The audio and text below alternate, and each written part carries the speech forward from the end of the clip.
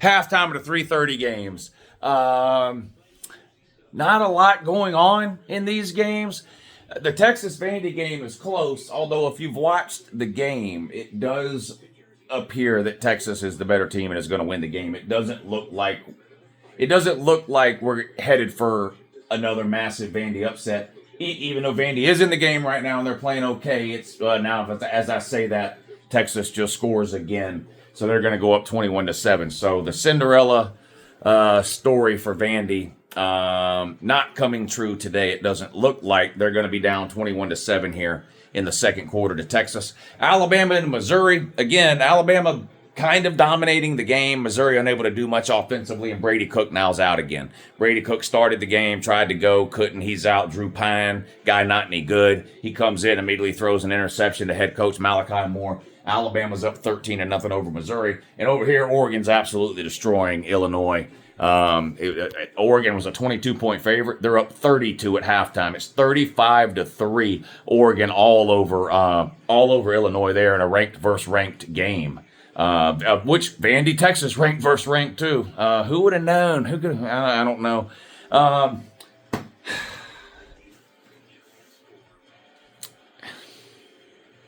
Is Ohio State soft again? Oh my God! Come on, man. I thought Ohio State had got past being soft. I thought now they were just at a point where they just kind of got beat by better teams like Oregon and that. I thought the whole being soft thing might have been over. It looks like it might not be. Nebraska's a pretty physical team, and they shoved you around today for fun.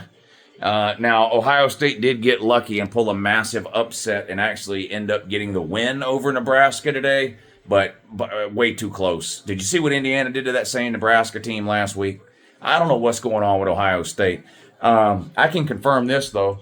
Ohio State is the worst $20 million roster in the history of college football. That's not up for debate. That's not an opinion. That's the fact. Of course, they're the only $20 million roster in the history of college football, so they're obviously the worst. Now, they're also the best, since they're the only one. But boy, when you watch Ohio State play, that don't look like $20 million. I'll tell you that right now. And we didn't have to wait long, did we, to see which fan base was going to try to outdo Texas for being the trashiest? We knew it was going to happen. After what happened last week at the Texas-Georgia game, we knew some idiot bunch of dumbasses was going to throw trash on the field today, didn't we? And we didn't have to wait long. It happened during the noon games, and it was the Ohio State fans. That's right. In the fourth quarter of the Ohio State-Nebraska game, Ohio State was called with a targeting penalty against one of their DBs. It was reviewed and confirmed, and the player was ejected. And right on cue, the Ohio State fans started throwing a bunch of Texas fans out onto the field. I'm sorry. Did I say they threw Texas fans out on the field?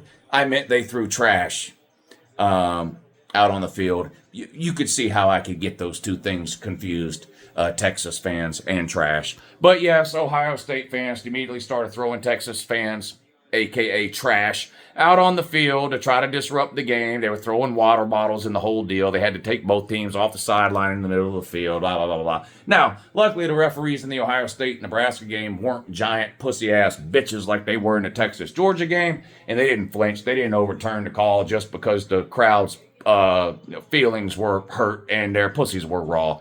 They went ahead and upheld the penalty. And gave Nebraska a first down. Unfortunately for Nebraska fans, they were unable to do anything with it. That was the last possession of the game. Under 2 minutes to go. It was a big call.